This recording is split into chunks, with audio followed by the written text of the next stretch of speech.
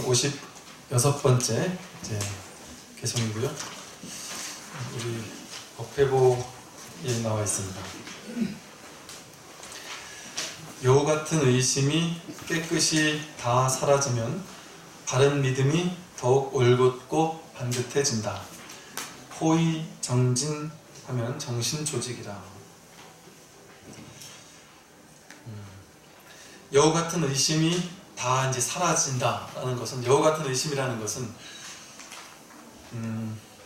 우리가 이제 그 삶의 실상에 대해서 의심을 하는 것이죠. 부처님께서는 지금 여기에, 지금 이 자리에, 지금 이 순간, 지금 여기에 삶의 진실은 이미 드러나 있다. 지금 이대로가 이제 완전한 삶의 실상이다. 내가 바로 부처다. 이 우주법계 삼라만상 산하대지 일월성신이 불성 아닌 것이 없고 자기 마음 아닌 것이 없다 라고 이제 이렇게 설명을 함으로써 미래를 향해 무언가를 추구하지 마라. 부처가 되기 위해서 애쓰지 마라. 뭔가 더 나은 삶의 어떤 진실을 찾아가기 위해서 앞만 보고 달려가는 그런 것들을 이제 멈춰 서라. 이렇게 말씀을 하신단 말이죠. 그런데 이제 우리들은 그것을 믿지를 못해요. 내가 지금 이렇게 어리석은 중생으로 살고 있는데 내가 어떻게 부처라고 할 수 있느냐? 지금 이대로를 가지고 어떻게 완전한 삶이라고 할 수 있느냐라고 하면서 이제 여우같이 의심을 한다는 것이죠. 그래서 끊임없이 지금 이 순간을 온전히 살아가지 못하고 계속해서 미래를 향해 치달아 구하고 또 뭔가 추구하고 뭔가 얻기 위해서 앞만 보고 달려가고 그런 삶을 계속해서 사는 것이죠. 그래서 그 여우 같은 의심이 깨끗이 다 사라질 때 비로소 바른 믿음, 그래서 바른 믿음은 바른 법 뭐 이렇게 얘기할 수도 있습니다. 바른 믿음이 더욱 올곧고 반듯해진다. 즉 우리가 여전히 나는 부족하다라고 여기어서 뭔가를 추구한다면 바르고 올곧고 반듯해지지 못한다는 것이죠. 바른 믿음, 바른 진실이 드러날 수가 없다는 겁니다. 그럴 수밖에 없는 것이 진리를 나는 지금 진리가 아니야 라고 생각하면서 진리를 깨달아야지 하고 진리를 추구하는 동안은, 진리를 추구한다는 것은 그 마음속에 나는 지금은 진리가 아니야 라는 것을 계속 이야기하고 있는 것이거든요. 그러니까 나는 진리를 찾을 거야 라는 생각 자체가 지금은 진리가 아니야를 강화시키고 있습니다. 그래서 그 생각이 끊어지기 전까지는 언제까지고 진리가 드러날 수가 없다. 내가 중생심을 가지고 분별심을 가지고 계속해서 추구하는 마음을 일으키기 때문에, 미래를 향해 뭔가 구하고 쫓고 추구하는 마음을 일으키는 것은 지금 여기에는 구하는 무언가가 없다라는 것을 의미하거든요. 그러니까 추구한다라는 말 자체는 지금 여기는 없어 라는 것을 강화시키고 있습니다. 세속적으로도 마찬가지죠. 돈을 추구하는 사람은 나는 돈이 부족해 라는 것을 강화시키고 있는 것이거든요.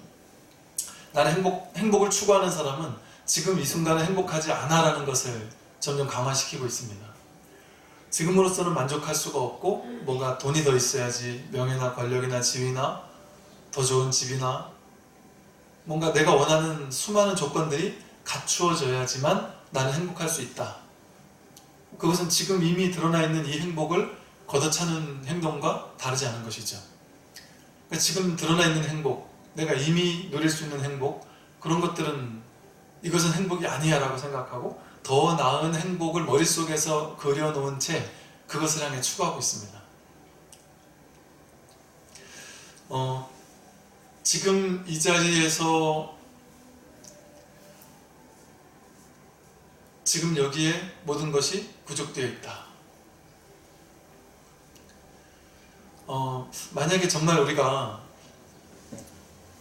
꿈에 그리던 미래, 모든 것이 완벽하게 구족되어 있는 꿈에 그리던 미래를 한 번이라도 가서 살아본 적이 있거나 그냥 어깨 너머라도 실제 내가 한번 가봤거나 체험해 봤다면 뭐 그렇게 해도 되겠죠. 미래라는 것이 어떤 놀라운 행복을 주는 것이겠구나라고 생각할 수가 있을 겁니다. 그런데 우리는 아무리 지금까지 인생을 살아오면서 단 한 번도 미래를 구경해 본 적이 없거든요. 쳐다본 적이 없습니다. 살아본 적도 없고. 그러니까 오로지 지금 이 순간밖에 살 수가 없는데 매 순간 지금 내 눈앞에 드러나 있는 목전에 드러나 있는 지금 이 순간, 이것 이외에는 살아볼 재간이 없음에도 불구하고 그것을 매 순간순간 내가 스스로 증명하고 있습니다. 또 다른 미래라는 것은 없다라는 사실을 지금 여기서 언제나 증명하고 살고 있어요. 그런데 아이러니하게도 우리는 끊임없이 이렇게 딱 드러나 있는 지금 여기라는 내 삶의 가장 온전한 진실, 그러니까 이것 이외에는 단 한 번도 체험해보지 못한 온전한 진실, 그러니까 진실이라고도 할 수 없습니다. 그냥 전부인 지금 이 순간, 지금 이 순간을 애석하게도 지금 완전히 드러나 있는 지금 이 순간의 놀라움, 장엄함, 이 순간에 이렇게 완전히 완벽하게 드러나 있는 것, 그리고 그 드러나 있는 지금 이 순간을 언제나 매 순간 내 스스로 증명하면서 살아왔던 이 검증된 순간을 매 순간 차버리고 있습니다. 매 순간 버리고 있고, 무엇 때문에? 한 번도 경험해보지 못한 생각 속에서만 있을 것처럼 환영과도 같고 신기루와도 같은, 물거품과도 같아서 전혀 실체가 없는, 한 번도 경험해보지 못하고 검증해보지 못한 그 미래라는 한상, 그것을 추구하느라고, 그러니까 없는 것을 추구하느라고 지금 여기 있는 것을 내 삶에서 끊임없이 배제하고 있는 것이죠. 그럼으로써 내가 이 삶을 소외시키고 있습니다. 내가 진리를 걷어차고 있고, 나라는 어리석은 중생심, 아상, 분별심을 가지고 그냥 딱 드러나 있는 부처를, 마음을, 법을, 진리를 매 순간 왕따시키고 있는 거예요. 배제시키고 있고.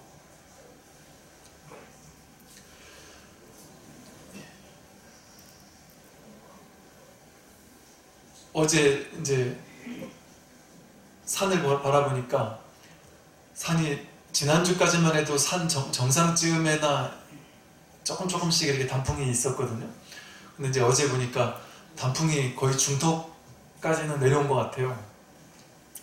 아마 다음 주쯤이면 이제 산 아래까지 아마 온 산이 전부 다 단풍이 가득하고, 산 저 위에는 아마 앙상하게 가지가 다 떨어질 겁니다. 지지난주 산에 갔을 때와 어제 산에 갔을 때의 풍경이 완전히 다른 세상이 되어 있더라고요. 낙엽이 후두둑 떨어져 있는 제가 예전에 그 지리산에 가을에 갔었을 때요, 처음 갔었을 때가 이제 가을 단풍 시즌에 제가 갔었습니다. 근데 그때 지리산 정상까지 이쪽 노고단에서부터 이제 저 천원봉까지 이렇게 한 3박 4일에 걸쳐서 천천히 걸어갔었는데, 그때는 뭐 그냥 뭐 버너, 코펠, 뭐 처음이라 뭘 몰라서 뭐 버너, 코펠, 쌀, 뭐 김치, 뭐 물, 뭐 죽는 줄 알고, 없으면 죽을 줄 알고, 그 산장에 가니까 다 팔대요. 그것도 모르고 어마어마하게 짊어지고 가느라고, 제가 너무 무거운 거 이제 당장 사야 될 거, 물이나 뭐 깻잎 캔이나 뭐 이런 거잖아요. 뭐 먹을 수 있는 김치, 이렇게 뭐 봉지 싸는 김치, 뭐 이런 것들은 이제 무거우니까 여기서 싸들고 못 가고, 거기도 이제 시내 슈퍼가 있겠지. 그 슈퍼에서 싸가지고 가면 되겠지 싶어서 이제 그 슈퍼에서, 지리산 밑에 있는 슈퍼에 가서 모든 마지막 짐을 이제 다 샀어요. 사는데 3박 4일인데 가다가 산을 계속 걸으니까 땀이 많이 나고 그러면 배가 고플 텐데 싶어서 뭐 어마어마하게 나중에 샀죠. 이제 그거를 이제 그 걸망에 가방에 때려 넣습니다. 이제 안 들어가는 걸 막 끝까지 막 넣고 나서 이걸 딱 들고 이렇게 일어나자마자 바로 주저앉았어요. 일어나자마자 일어날 수가 없더라고. 너무 무거워서. 그래서 그 화엄사에서 노고단 올라가는데 보통 한 4-5시간 뭐 걸린다고 봐요. 8시간 반 정도 걸려요. 8시간 정도 걸린 것 같아요. 죽을 것 같더라고요. 이 사람들도 이렇게 하고 가는 게 맞나? 내가 지금 제대로 하는 게 맞나? 뭐 모르니까 그냥 그렇게 했던 기억이 납니다. 그런데 그때 이제 노고단에서부터 3박 4일 이렇게 가는데요. 밑에는 완전히 파랬었는데 위로 올라가면 올라갈수록 점점 더 이렇게 낙엽이, 단풍이 들어있었고요. 또 이쪽 노고단에서는 단풍이 좀 덜 있었는데 저쪽으로 하루하루 걸어가면 걸어갈수록 단풍이 점점 더 이렇게 아주 아름답게 있었는데 거기서 하루하루를 이렇게 걸으면서 정말 마음껏 그렇게 진하게 가을을 느끼고 누려본 적이 없지 않나 싶은 생각이 들 정도로 정말 그 지리산의 단풍이 말로만 지리산 들었는데 이렇게 아름다울 줄은 몰랐다. 정말 놀라웠습니다. 어떻게 이런 아름다운 것이 우리나라에 있었단 말인가. 정말 그 단풍 든 그 풍경이 너무나도 아름다웠고요. 그 어마어마하게 큰 나무들 사이로 단풍잎들이 뚝뚝 떨어져서 이렇게 바람이 후루룩 불 때면 후두두둑 떨어지는 모습, 그 모습을 가만히 바라보고 있으면서 뭔가 모를 이제 정말 그 순간의 장면이요, 지금까지도 뭔가 사진 딱 찍어서 놓은 것처럼 잊혀지지를 않고 있습니다. 그래서 그때 제가 지리산의 단풍이 이렇게 아름답구나라고 생각을 했어요. 그때 단풍을 너무나도 깊이 진하게 느꼈던 터라 지리산의 단풍을 늘 그리워했었거든요. 1년 동안 내내. 그래서 다음 해 가을이 되면 반드시 지리산을 가리라 이렇게 생각을 했어요. 그런데 그 다음 해 가을이 됐었을 때 지리산의 단풍만 그렇게 아름다웠던 것이 아니라 내가 지금까지 살아오면서 이 아름다운 단풍들을 온전히 누리고 만끽하고 느끼고 이래주지 못하고 살았었던 것이었구나. 지리산에 있을 동안은 거기에 있으니까 3박 4일 동안 있으니까 3박 4일 동안은 세상에 대한 생각 안 하지 않겠습니까? 휴가를 딱 내서 가놓으니까 여기 뭐 부대일이 어떻고 법당일이 어떻고 뭐 이런 생각 안 하고 그냥 그 산에 가서 온전히 단풍을 느끼고 누리고 만끽하기만 했었죠. 그러다 보니까 더 깊이 느끼고 감당할 수 있었던 것이죠.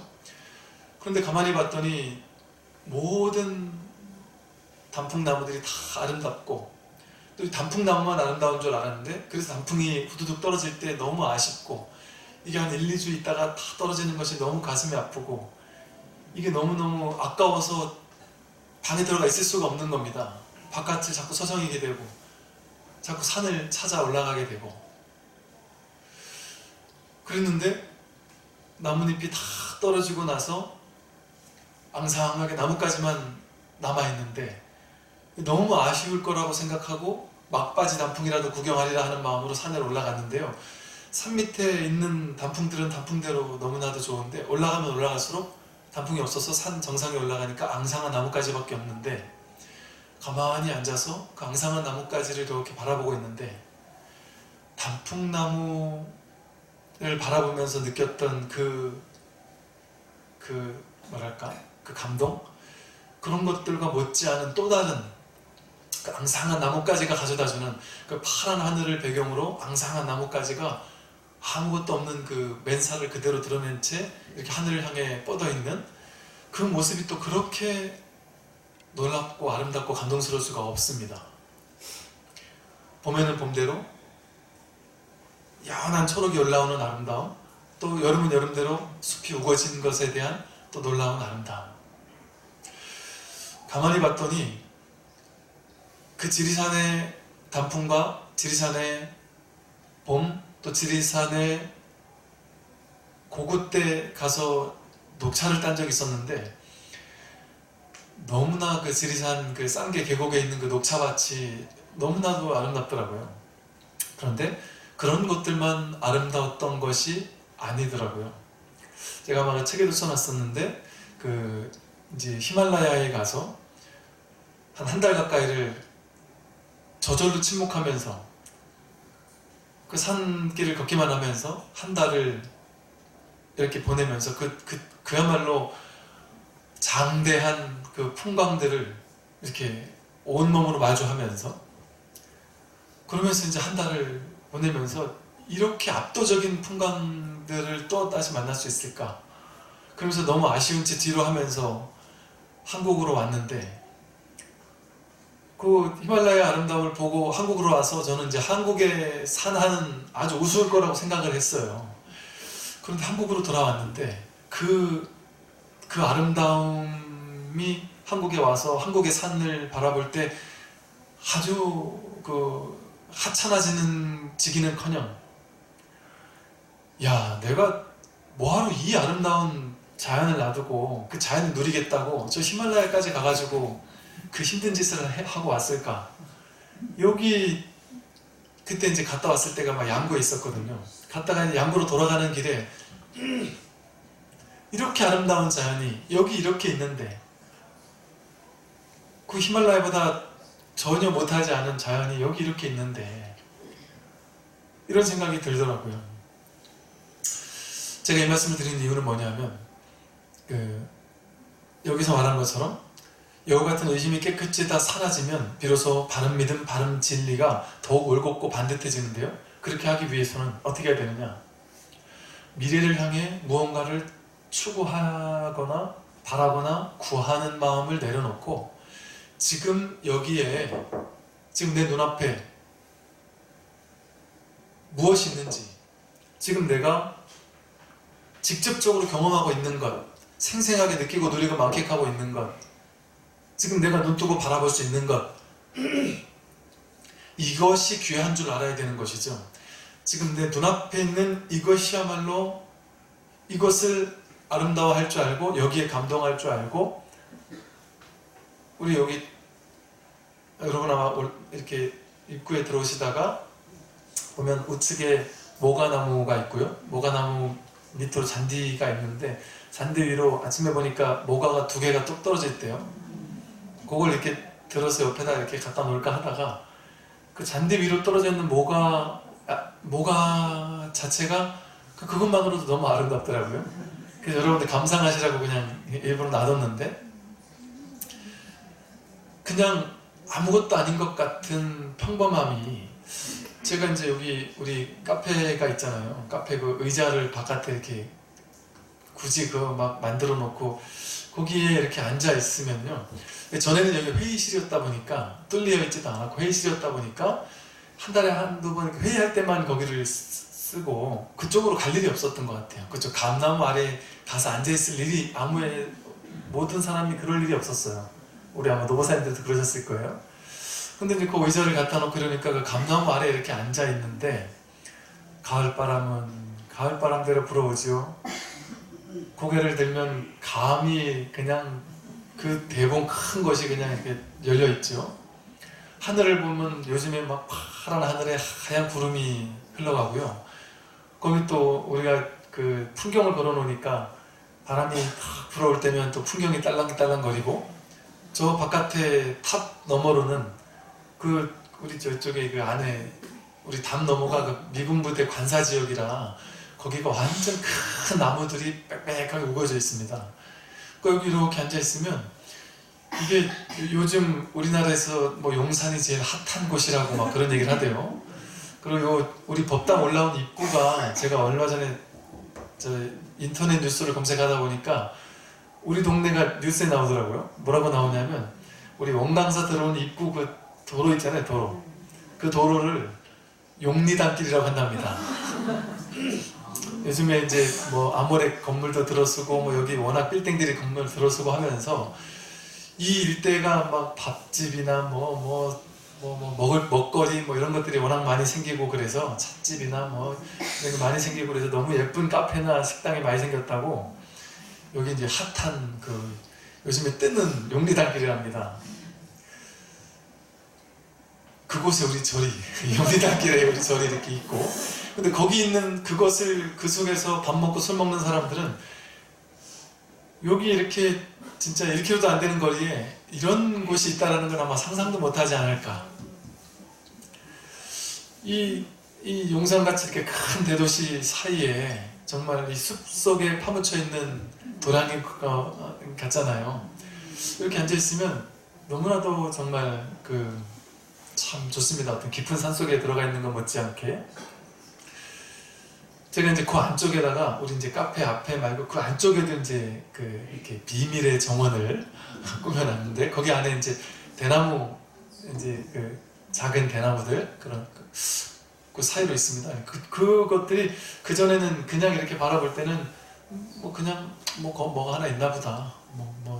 들어보니까 교회랑 경계선으로 그냥 해놨나 보다 이렇게만 생각을 하지만, 거기 이렇게 앉아 있으면 그것 자체도 하나하나가 이렇게 그냥 시 같고요. 바람이 불어올 때 딸랑거리는 풍경 소리나 바람 소리도 하나의 노래 연주 같아요. 그냥 가만히 앉아 있어도 그냥 저절로 이렇게 피아노 반주 음악들이 잔잔하게 깔리는 것 같은 그런 느낌들을 받을 수 있습니다. 제가 옛날에 이 얘기를 하니까, 예전에 울릉도를 갔다가, 울릉도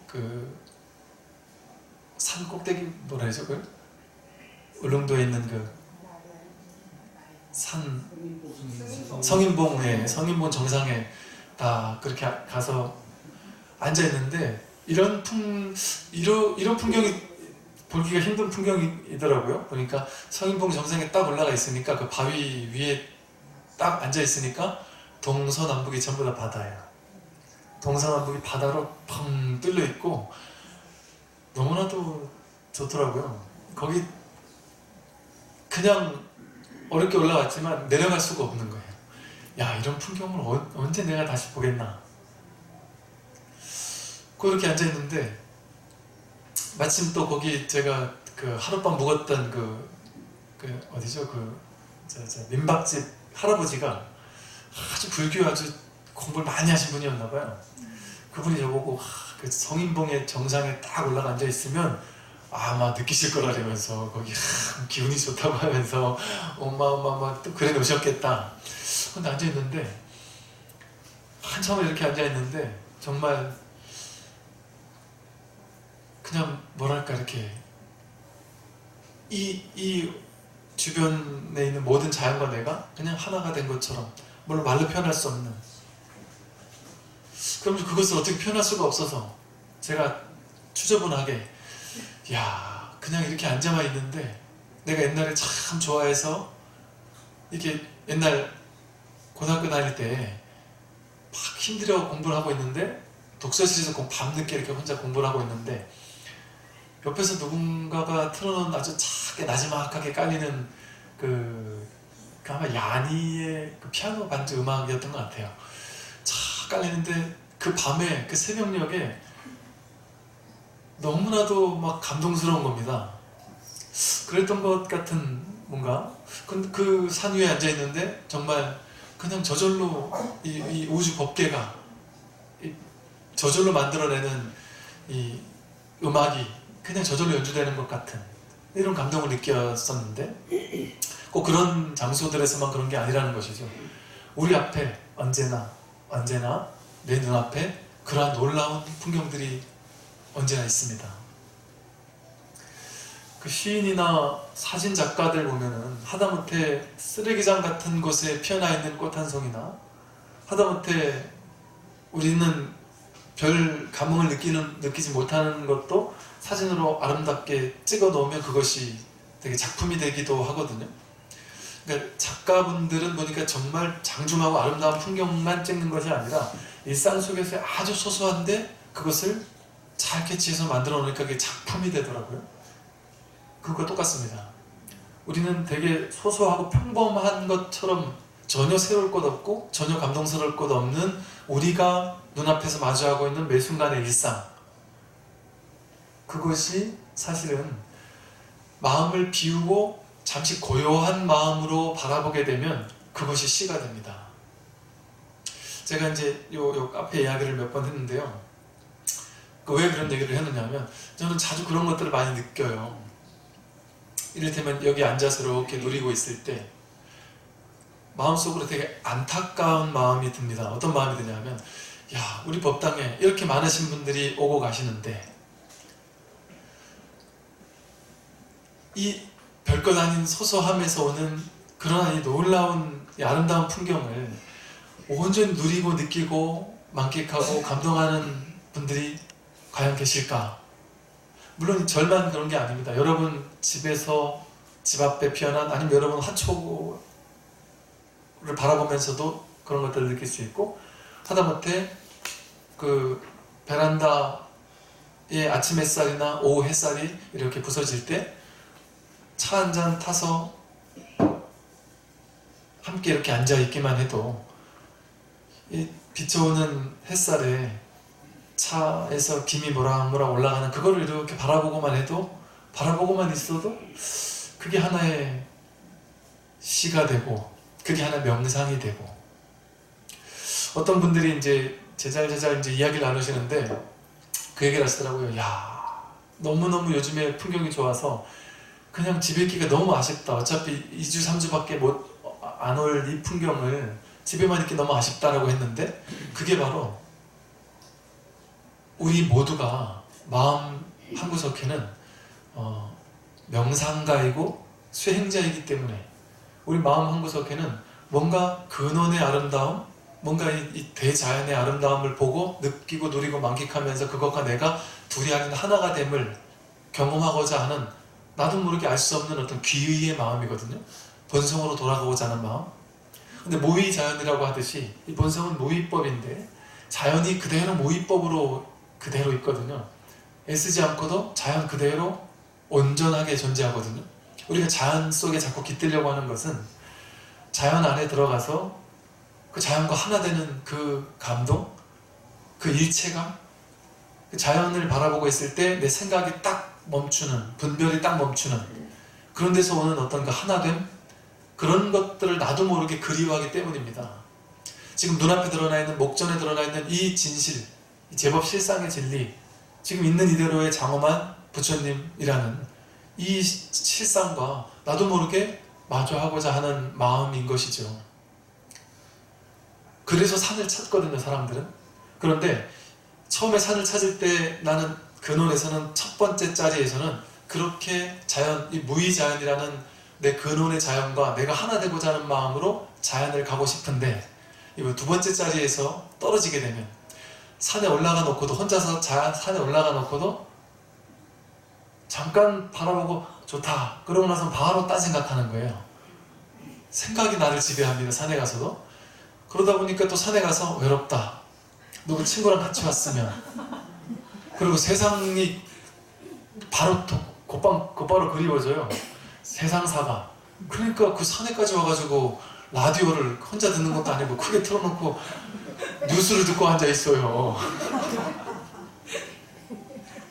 어떤 새 신문을 갖다 놓고 이렇게 신문을 이렇게 펴서 보고 있고, 신문지 기사 너머로 이 아름다운 부처님이 딱 펼쳐져 있는데, 뭐 이걸 제가 비난하는 건 아니고요. 누가 그렇게 글을 올렸더만요. 산행하는 뭐 단체인가 보죠. 이제 산악회 같은 건가 보죠.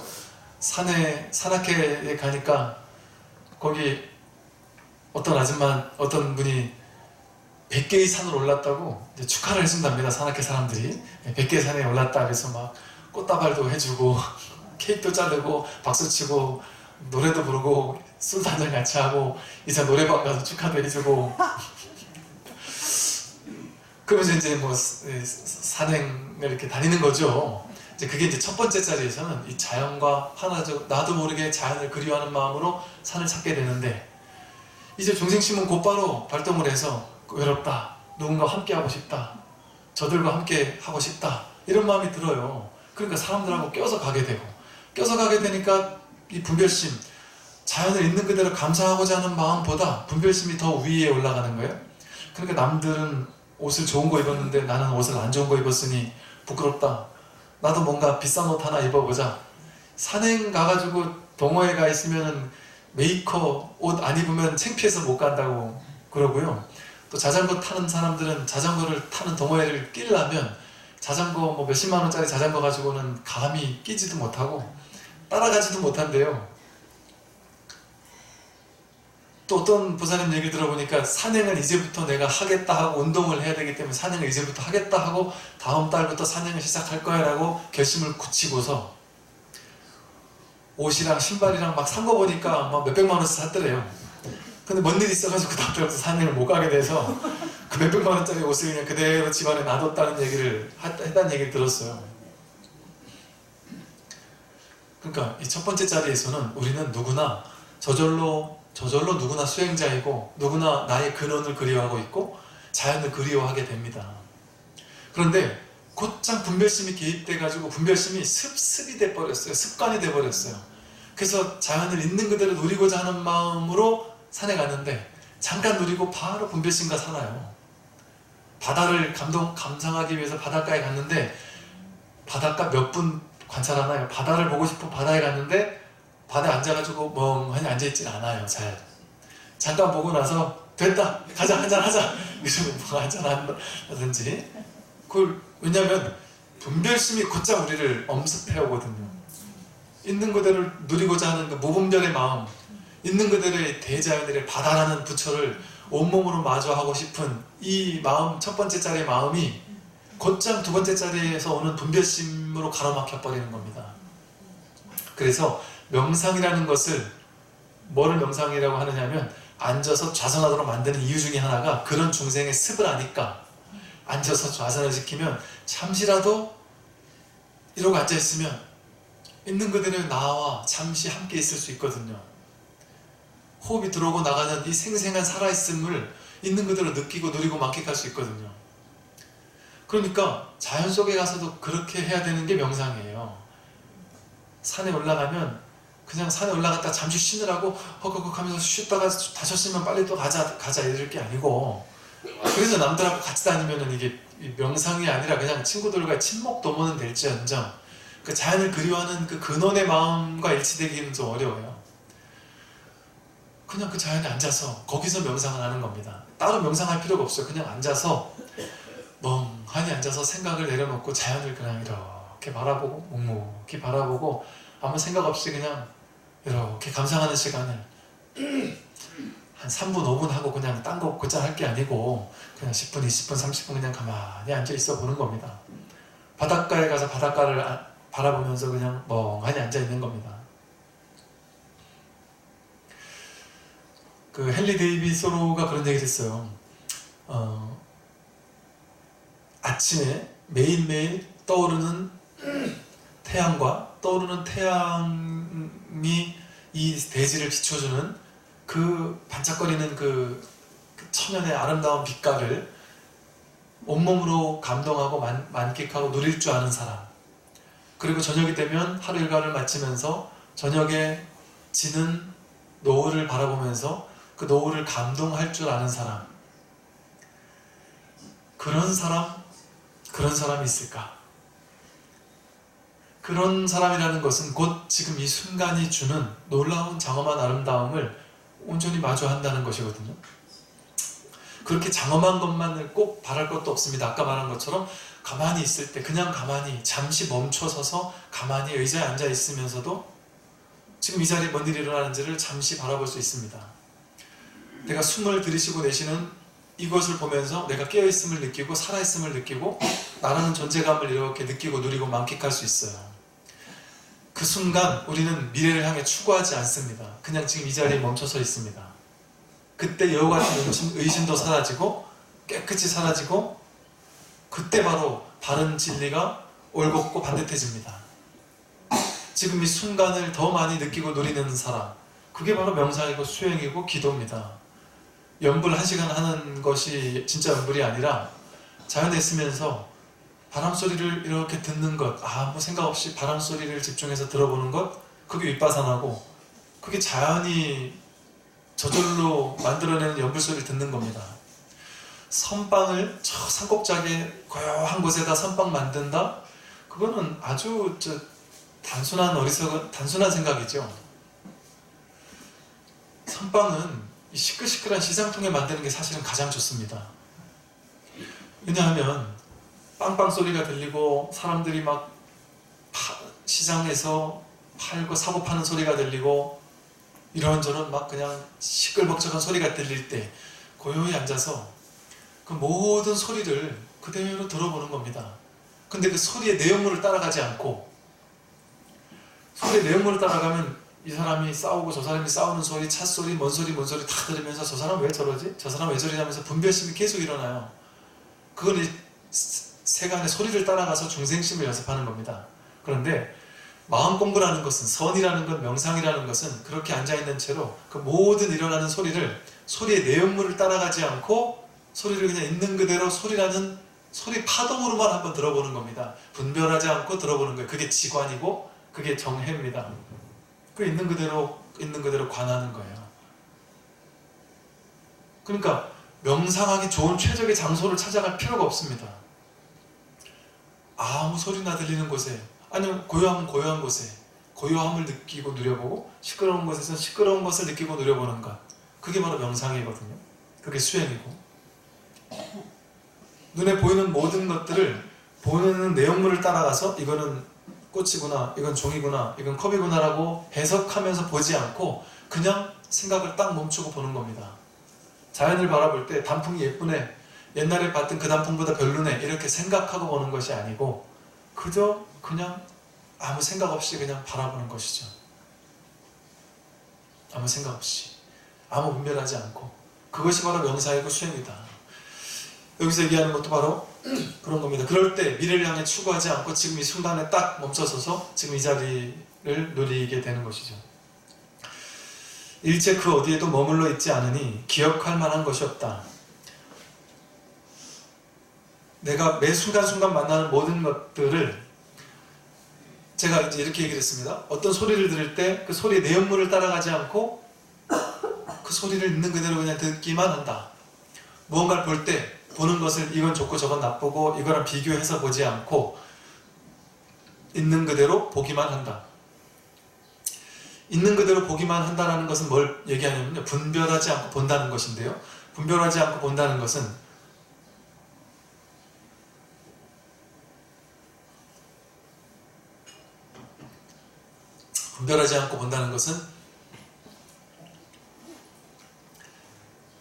어떤 하나를 보고서 좋다거나 나쁘다고 해석하지 않는 걸 얘기하고요. 좋다거나 나쁘다고 해석하지 않으니까 좋은 것을 취하려고 하는 마음도 없고 싫은 것을 인상 찡그리는 마음도 없어요. 거부하는 마음도 없어집니다. 좋고 싫은 마음이 사라집니다. 그러니까 취사 간택심이 사라지고 그냥 보게 되는 것이죠. 보통 우리는 좋은 게 있으면 내 마음속에 딱 취하려고 하거나 집착하려고 하거나 더 가지려고 하거나 취하는 마음을 일으켜서, 그것도 내가 좋은 어떤 것들이 일어나면 그걸 어떻게든 내가 가지려고 그래요. 마음속으로라도 담으려고 하고 기억해서 머물러 두려고 하고, 좋은 말 들으면 그걸 내가 딱 더 듣고 싶고 그 생각을, 그 말 들은 걸 기억해서 내 안에 저장하려고 한단 말이죠. 싫은 것들은 듣기 싫어서 막 밀쳐내려고 하고, 좋은 거는 자꾸 붙잡아서 그걸 내 안에 저장하려고 합니다. 물질적으로도 저장하려고 하고 정신적으로도 저장하려고 해요. 누가 나한테 좋다는 칭찬을 해주면, 이야, 나 10년은 젊어 보인다. 그럼 그 말을 딱 저장해놓고, 그래, 난 10년은 젊어 보여 하고 이렇게 쥐려고 한단 말이에요. 근데 누가 또 그 다음날 만났는데 왜 이렇게 사갔어? 이렇게 얘기하면 화딱지가 막 일어난단 말이에요. 분명히 어제 내가 저장한 거에는 난 10년 젊어 보이는 줄 알았는데, 그래서 본인이 나는 한 10년 젊어 보이는 사람이야 라는 생각을 가지고 이 저장한 마음, 저장한 기억하고 저장한 생각을 믿잖아요. 믿으면 어떤 사람은 나이가 예를 들어 50이에요. 근데 이 사람은 본인이 나는 30대처럼 생겼어, 30대 후반이나 40대 초반처럼 생겼어 라고 굳게 믿는 사람이 있어요. 나는 외모는 그렇게 생겼어 라고 믿어요. 그 사람에게 몇 살처럼 보여요? 라고, 몇 살처럼 보여요? 라는 질문에는 답이 정해져 있습니다.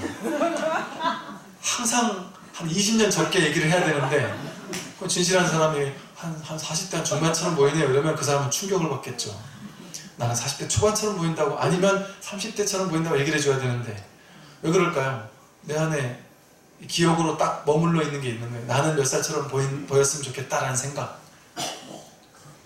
그러니까 그 기억을 딱 쥐고 있으면 그 기억으로 인해서 내 인생이 괴로워지는 일이 생기는 것이죠.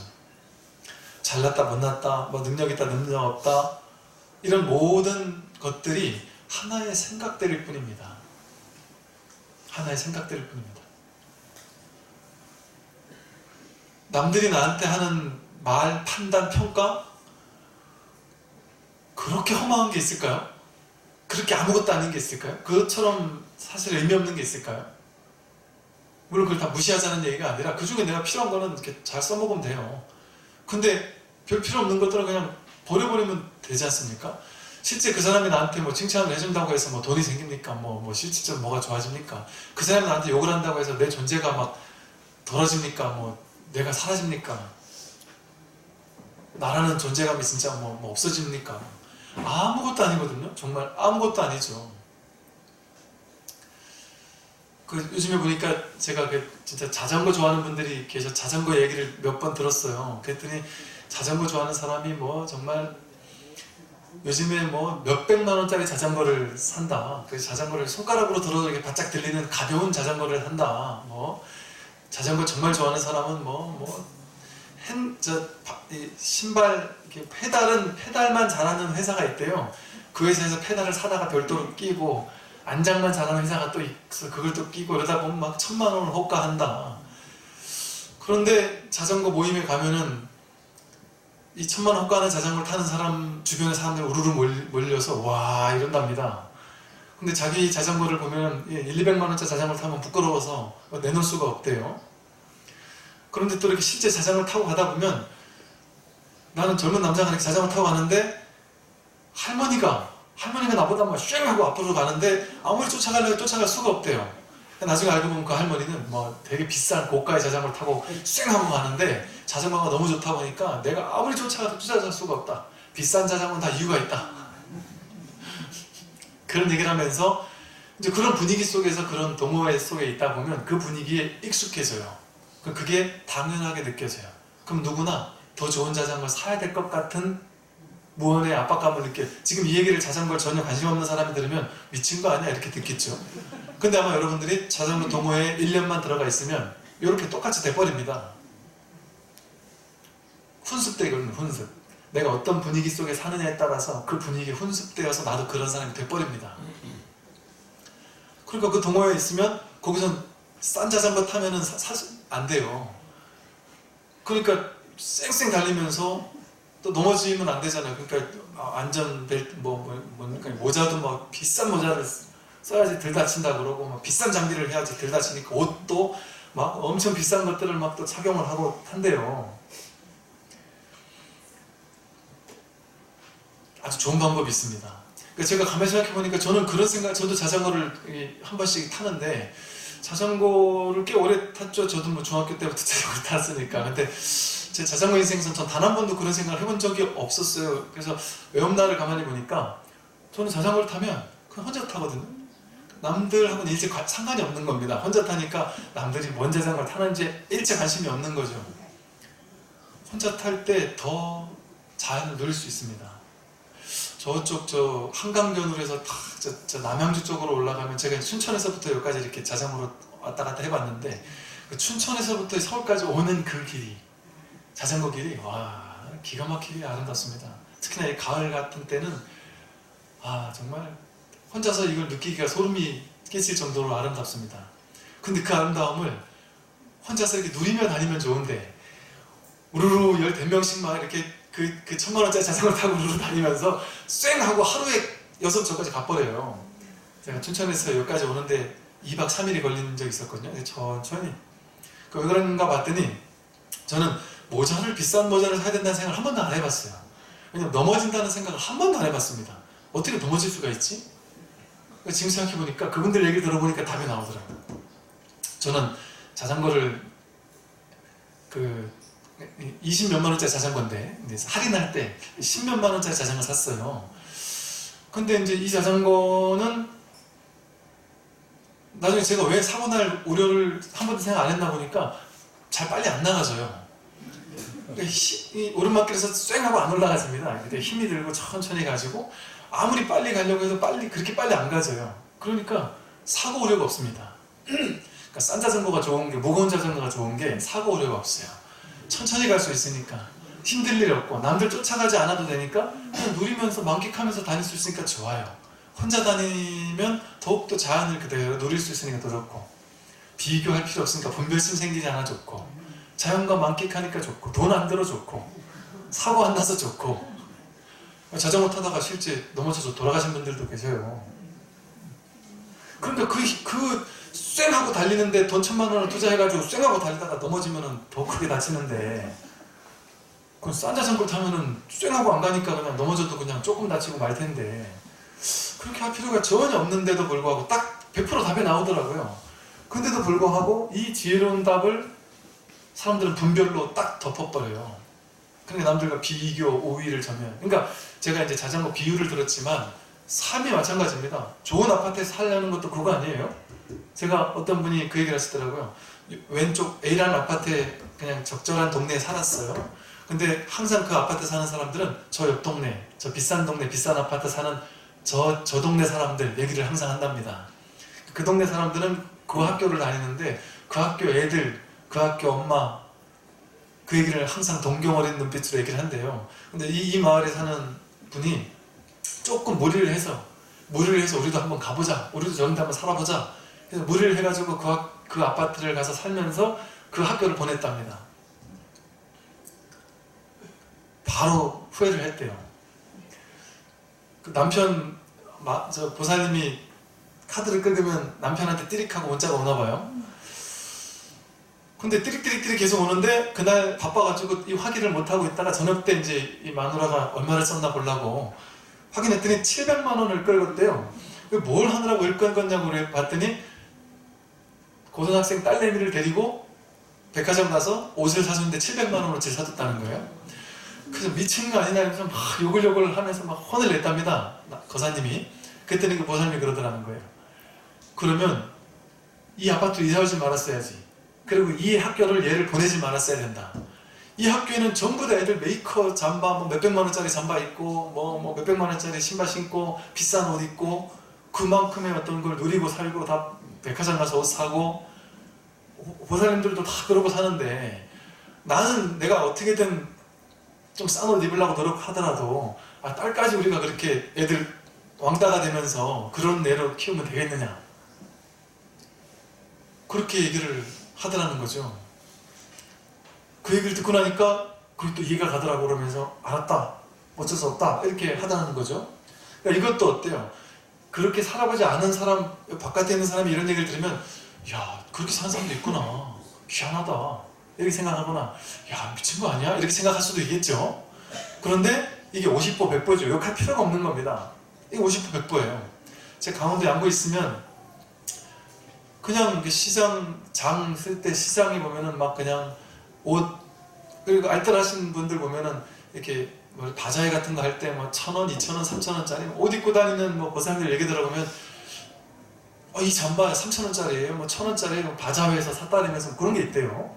쏙 괜찮은 옷인데 뭐 2,000원, 3,000원, 4,000원, 5,000원 뭐 만원에 샀다고 하면서 되게 뿌듯해하면서 행복해하면서 서로 막 자랑을 해요. 보살님들끼리 법당에 와가지고 막 얘기할 때, 야, 이건 3,000원짜리야 뭐 하고, 야, 어디 가면은 뭐 만원 안쪽으로 막 살 수 있고, 거기 가서 우리 집안 애들 전체 옷을 이만큼 한 보따리 사왔는데 뭐 10만 원도 안 했어, 이러면서 막 서로 정보 교환하면서 그렇게 아름답게 이야기 나누며 사는 또 그룹이 있는가 하면, 또 다른 그룹에서는 그런 얘기 하면은 아주 수준 낮은 저급한 사람처럼 보이는 또 동네도 있겠죠.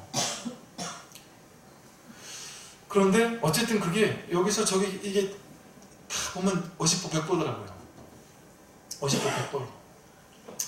중요한 점은 이게 뭐가 좋고 뭐가 나쁘다라는 생각을 할 필요도 없이, 그런 남들이 하는 그런 것에 휘둘려서 그 분위기에 휩쓸려서 그렇게 살 필요가 있느냐는 것이죠. 정말 지혜롭고 있는 분들이라면, 그렇다고 해서 비싼 것을 사지 말라는 건 아닙니다. 비싼 거 살 여건 되고 뭐 살 상황이 되고 한다면 외제차를 사면 어떻고 비싼 거에 사면 어떻습니까? 전혀 상관없어요. 그러나 분별심의 노예가 되어서, 분별심에 휘둘려서 거기에 못 사면 못 사서 괴로워하고, 나는 사고 싶은데 못 사서 괴로워하고, 저 사람 쫓아가고 싶은데 못 쫓아가서 괴로워하고, 이럴 필요는 없다는 것이죠. 당당하게 남들 1,000만 원짜리 자전거 딱 타고 가더라도 나는 그냥 뭐 10만 원짜리 사고 쫓아가든, 힘들면 내 운동 더 많이 되는구나, 저 사람들 운동 조금밖에 안 되는데 난 운동 많이 되는구나 하고 마음을 돌릴 수도 있고, 쫓아가다 못 쫓아가면 안 가면 되고, 분별하지 않고만 살면 내 삶이 편안해질 수가 있는데, 우리는 그 분별의 노예가 되어서 사니까 항상 그 그룹에서 남들의 눈치를 보고 그러고 사는 거예요.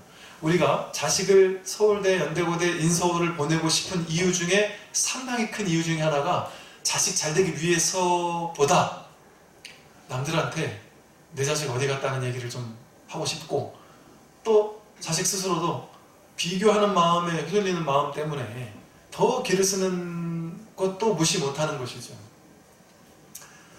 왜냐하면 실제 돈 많아가지고 그 돈을 많이 벌고 이러는 사람들은 뭐 다 그런 건 아니겠지만, 제가 그런 분들 만나보면은 돈을 많이 버는 대신, 높은 자리에 있는 대신 정신적으로 너무 힘들고 너무 스트레스 받고 너무 괴로울 수도 있더라고요. 그래서 무조건 뭐 좋은 대학 가서 그러는 것이 무조건 행복한 삶인 것은 아닐 수도 있죠. 삶을 누릴 줄 알고 만끽할 줄 알고 자신의 삶을 살 줄 아는 그런 것은 또 아닐 수도 있습니다. 그래서 일제 그 어디에도 집착해서 머물러 있지 않으면 기억할 게 없습니다.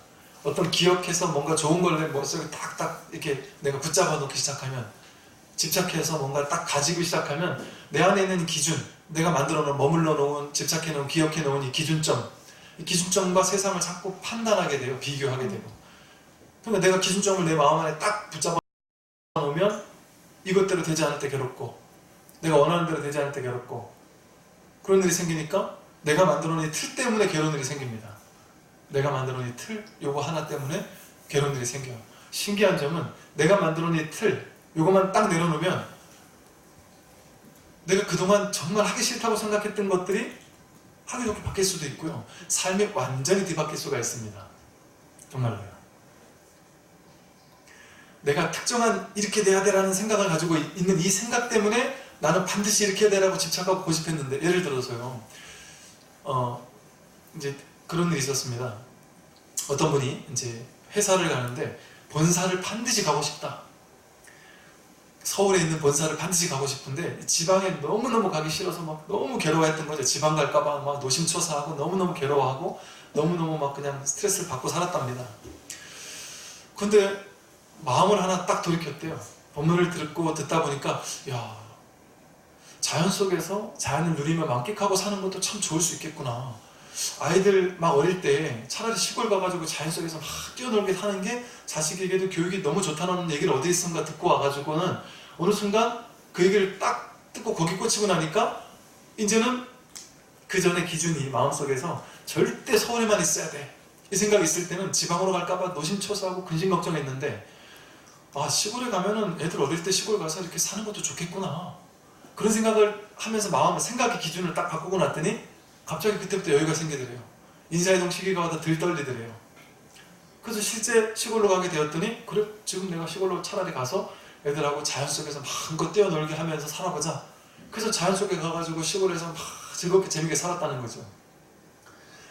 즉, 이처럼 내 마음의 기준이 내가 만들어 놓은 정해진 절대적인 기준이 아닌 줄 모르고 그 기준이 맞다라고 딱 집착을 해요. 어떤 분은 예를 들어, 나는 강남 밖은 절대 못 벗어나, 서울 밖은 절대 못 벗어나, 뭐 예를 들면 그 생각에 집착하고 있으면 그게 진짜가 되지만 그건 하나의 생각일 뿐이죠. 그런 절대적인 게 어디 있겠습니까? 요즘에 시골도 되게 좋죠. 시골도 병원 다 있고 다 있습니다. 내 하나의 생각, 내 과거의 경험이 만들어 놓은 하나의 틀. 내가 옛날에 아파가지고 한번 쓰러져 본 경험이 있는 사람은 병원 옆에 아니면 살아야 된다는 집착을 하고 있어요. 근데 그거 하나의 생각이죠. 그게 하나의 생각이죠. 병원 옆에 있다고 인생이 윤택해지고 병원 옆에 없다고 그렇지 않나요? 그렇게 갑자기 쓰러져서 병원에 초를 다툴 만큼 못 데려가서 죽었다 할 만한 인연이 얼마나 희박한 인연이겠습니까? 그리고 실제 병원 옆에 산다고 해서 살고 병원 옆에 안 산다고 죽고 이럴 일이 없습니다. 자기 인연이에요. 자기 인연. 죽고 사는 일은 자기 인연 따라가는 거지, 업의 상속자라니까요. 인연 따라가는 거지 사는 조건 따라가지 않습니다. 병원에서 멀리 산다고 해서 그것 때문에 죽을까요? 안 그렇습니다. 자기가 살 인연이 되는 사람은 마침 친구 병문안 갔다 차라리 쓰러지면 거기서 쓰러져서 바로 응급처치 받을 수도 있죠. 아직 죽을 때가 안 된 사람은. 근데 죽을 때가 된 사람은 병원 옆에 살려고 막 길을 쓰고 비싼 돈 주고 비싼 아파트 병원 바로 옆에 살았는데 하필이면 해외 여행 갔다가 쓰러진다든지 저 제주도나 저 시골 여행 갔다 쓰러진다든지 그럴 수도 있는 거죠. 알 수 없는 일입니다. 그러니까 내 머릿속의 기준, 이것이 절대라고 생각하는 어떤 특정한 기준이 있으면 그 기준에 맞춰서 삶을 끼워 맞추려고 애써요. 근데 이 기준이 진짜가 아닙니다. 내가 만들어 놓은 허망한 상이죠.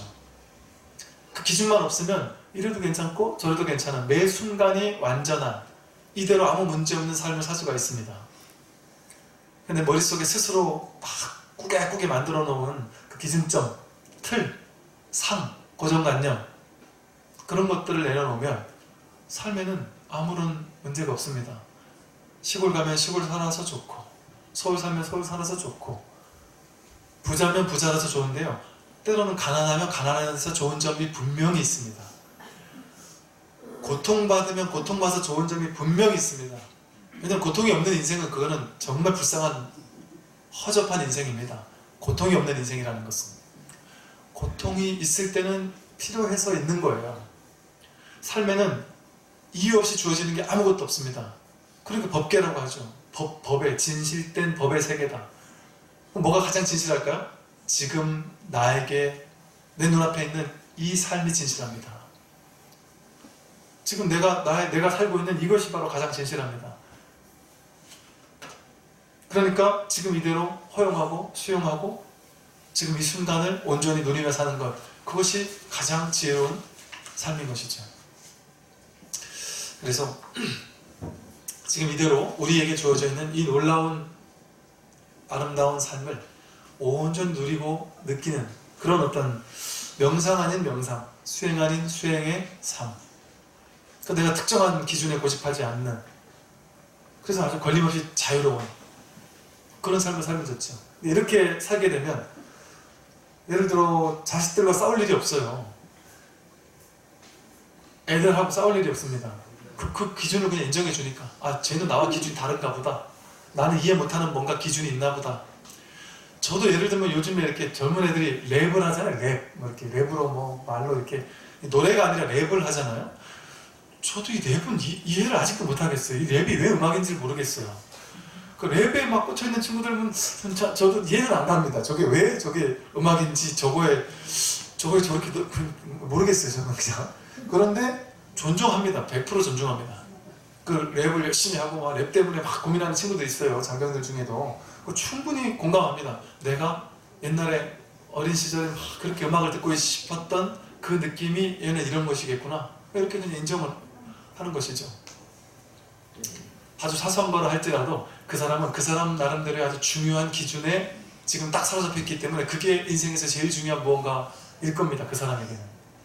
내가 봐서는 아무것도 아닌데 그 사람에게는 너무나도 중요한 일인 무언가일 수 있는 것이죠. 그러니까 특별한 내 기준점이 없으면, 아, 모든 사람이 다 허망한 기준점에 스스로 사로잡혀 있구나라는 사실을 아니까 누가 거기에 딱 사로잡혀 있더라도 그걸 그냥 오케이 인정해 줄 수 있습니다. 과도하게 내가 터치하지 않으면서도. 그러니까 사람들과 다투는 일이 많이 사라지죠. 네, 오늘 여기까지 말씀드리겠습니다. 네, 수고하십시오.